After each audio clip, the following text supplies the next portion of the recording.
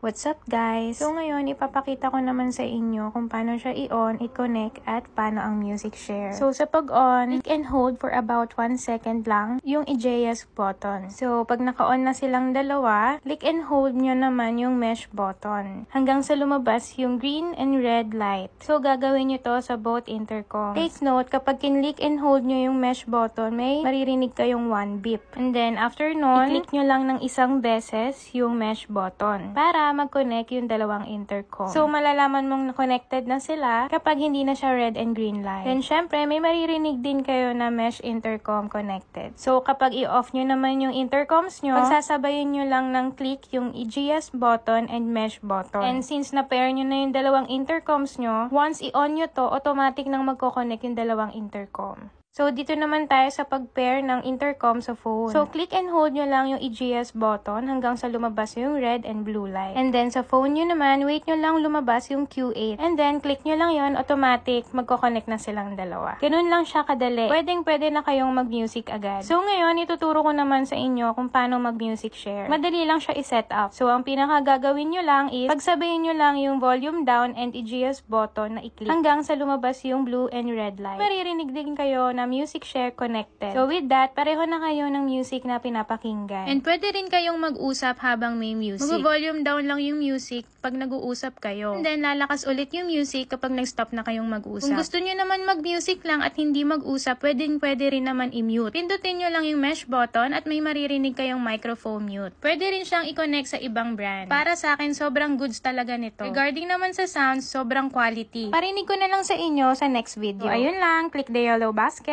Bye!